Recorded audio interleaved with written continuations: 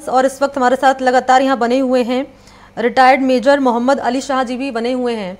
अली शाह जी, आपका रुख करना चाहेंगे और आपको भी ढेर सारी शुभकामनाएं गणतंत्र दिवस की, क्योंकि आप भी इंडियन आर्मी में रहे हैं, तो आप बखूबी बता पाएंगे कि आज के दिन के आपके लिए खास मायने क्या हैं, क्योंकि हमारे देश के वीर जवान, स्वतंत्रता सेनानी जिन्होंने लोहा लिया दुश्मनों से और वो लड़ गए देश की आज़ादी के लिए, और आज हम उन्हीं की बदौलत हैं कि आज़ादी की सांस ले रहे हैं और ये गणतंत्र दिवस मना रहे हैं। आपके लिए आज के दिन के क्या मायने हैं? मनीष जी, सबसे पहले तो बहुत बहुत शुक्रिया अपने शो पे न्योता देने के लिए, और मैं सारे देशवासियों को बहुत बहुत शुभकामनाएं देता हूं। आज 75वां गणतंत्र दिवस है। ये कि यही जबकि देशकम साहब ने बताया, यही अपने आप में बहुत खास है। अच्छा, अब मैं आपको बताता हूं कि खास तौर से हमें, हमारे सारे देशवासियों को ये मालूम होना चाहिए कि आज हम गणतंत्र दिवस अच्छी तरीके से, भले अपने में घरों में, टीवी पे या बाहर कर्तव्य पथ पे, जहां पे भी मना रहे हैं, क्यों मना रहे हैं, कैसे मना रहे हैं? इसलिए मना रहे हैं क्योंकि हमारे देश के जाबाज फौजी अपनी जान की परवाह करे बगैर, अपनी जान पे खेलकर, अपनी जान की बाजी लगाकर हमारे मुल्क के सरहदों की हिफाजत कर रहे हैं। दूर दराज इलाकों में, बर्फीले चट्टानों में, खून जमा देने वाली ठंड में, वहां पे। इसीलिए हम ये इस तरीके से आप झांकियां देख रहे हैं, परेड देखते हैं।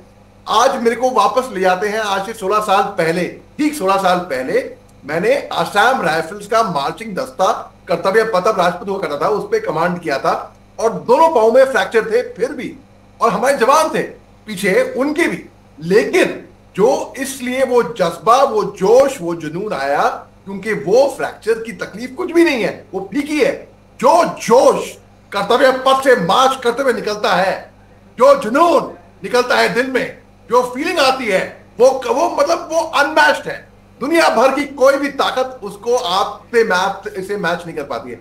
दूसरी बात, हम एक सटल तरीके से एग्जिबिट भी करते हैं हमारे दमशम को, हमारे गमखम, हमारे जो ताकत है। दुनियावासियों, सारे देशवासियों नहीं, दुनियावासियों देखें कि हिंदुस्तान के पास ये ताकत है, हम ये काबिलियत है, हमसे जो टकराएगा चूर चूर हो जाएगा।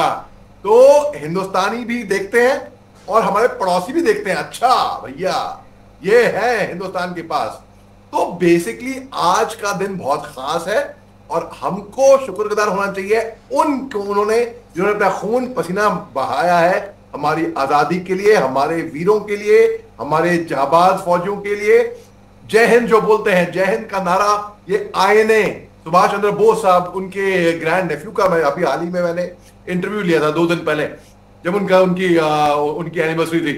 भाई जय हिंद जब बोलते हैं, ये किसी भी क्षेत्र से नहीं है, किसी कास्ट, क्रीड, रिलीजन, रीजन से नहीं है, ये मुल्क का है। तो हम सब के सब को फख्र होना चाहिए कि हम हिंदुस्तानी हैं। और आज की तारीख में एक सेरेमोनियल कैप आप अक्सर फौजियों को देखेंगी, साइड कैप, मुझ जैसे रिटायर्ड वेटरन, जो मेरी भी साइड कैप है, अभी मैंने फिलहाल पहनी नहीं। और यहाँ पे आप मिनीचर मेडल देखेंगे, ये हमने फौज में जो हमने कमाए हैं, तो ये हम वेटरन्स को ऑथराइज होता है आज के दिन सेरेमोनियल परेड में या सेरेमोनियल डे पे ये पहनना। इसके अलावा डेविड मैक्रून साहब जो हमारे मुख्य अतिथि आए हैं, उनको मैं कहूंगा बोनजो कोवतालेबू सर। और जैसे कि देश निगम साहब ने बताया कि ये बहुत अच्छा, ये हमारे जितनी भी डिफेंस की डील्स हो रही है, जैसे कि राफेल फ्रांस से आया है, हमने बाहर मुल्कों को सप्लाई करना शुरू कर दिया है, जैसे कि फिलीपीन जैसे अन्य देशों को डिफेंस इक्विपमेंट हमने एक्सपोर्ट करना शुरू कर दिया है। जैसे कि हमारे देश के डिफेंस मिनिस्टर साहब राजनाथ सिंह साहब ने कहा था, हम चाहते हैं कि हिंदुस्तान केवल हिंदुस्तान के लिए ना बनाए, बल्कि मेक फॉर द वर्ल्ड बनाए।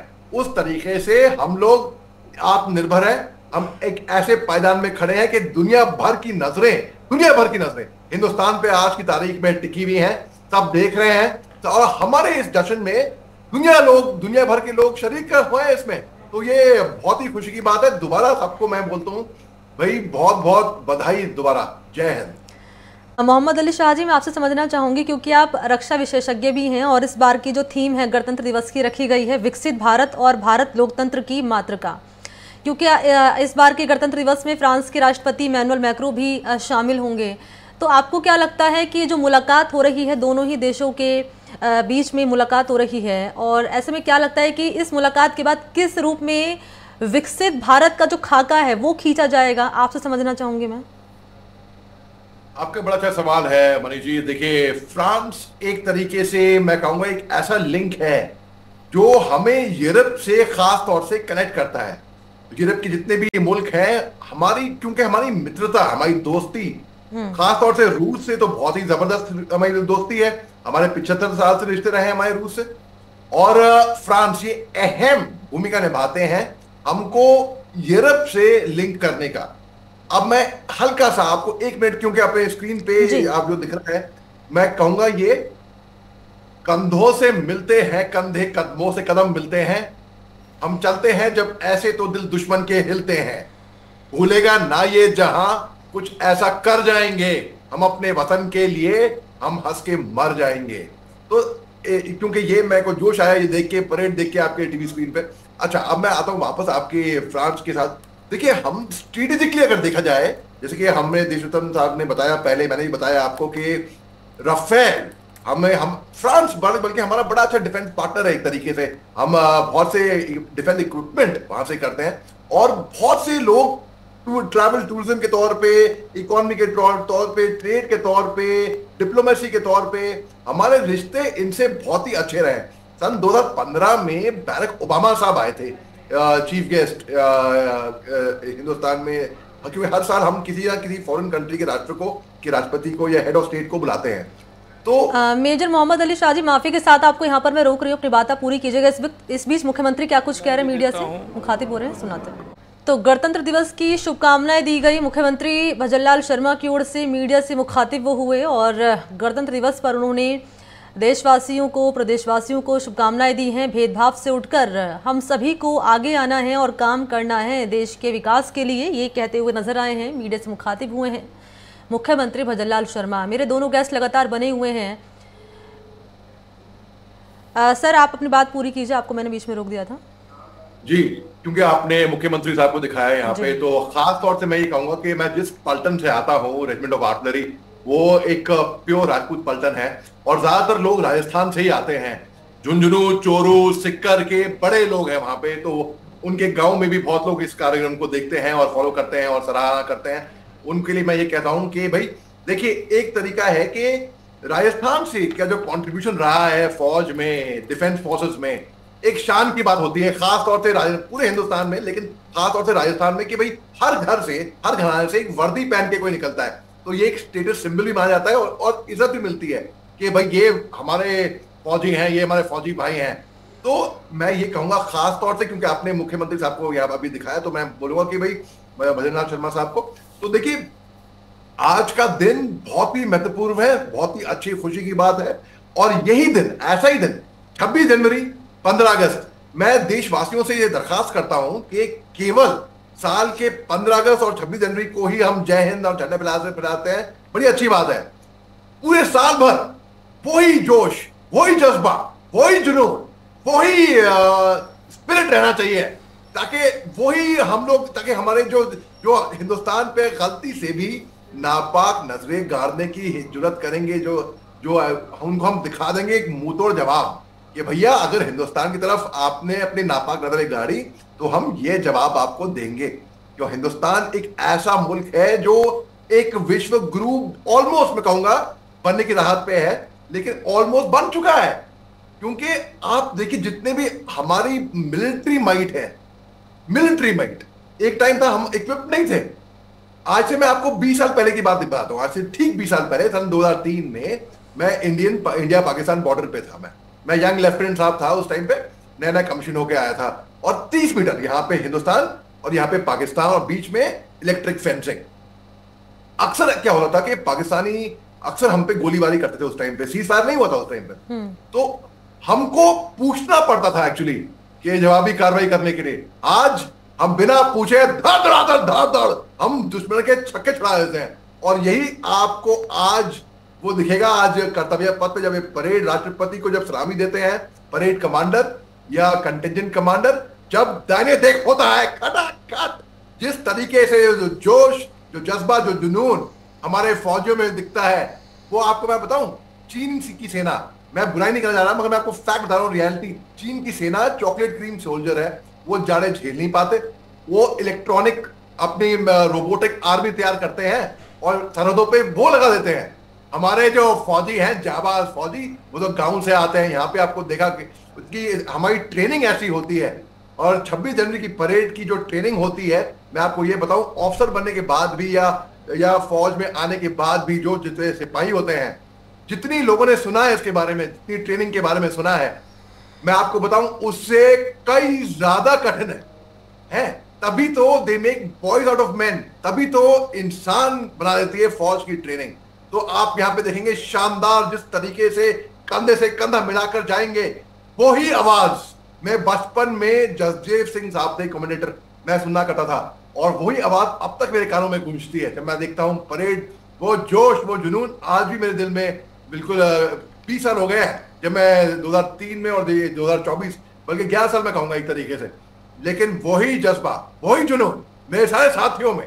और हमें फक्र है कि हमने, अगर मैं फौज ज्वाइन नहीं करता, शॉर्ट सर्विस कमीशन ज्वाइन नहीं करता, तो मुझे लगता है कि मैंने बहुत कुछ मैं मिस कर जाता।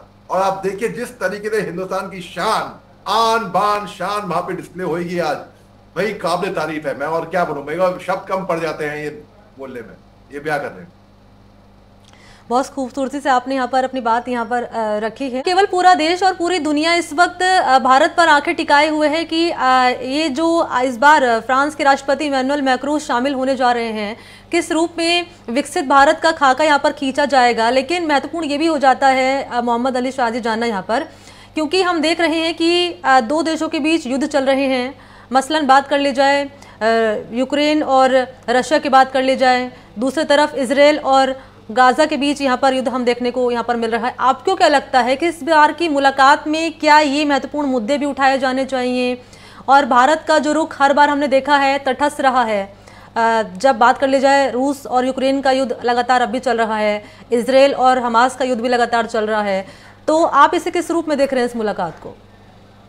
बड़ा अच्छा, बड़ा इंटेलिजेंट सवाल है आपका मनी जी। देखिए, जब जिंदगी मौत की बात आती है तो कोई मौका, दस्तूर या अवसर नहीं देखते, तो बस जो मौका होता है वही हमको देखना चाहिए।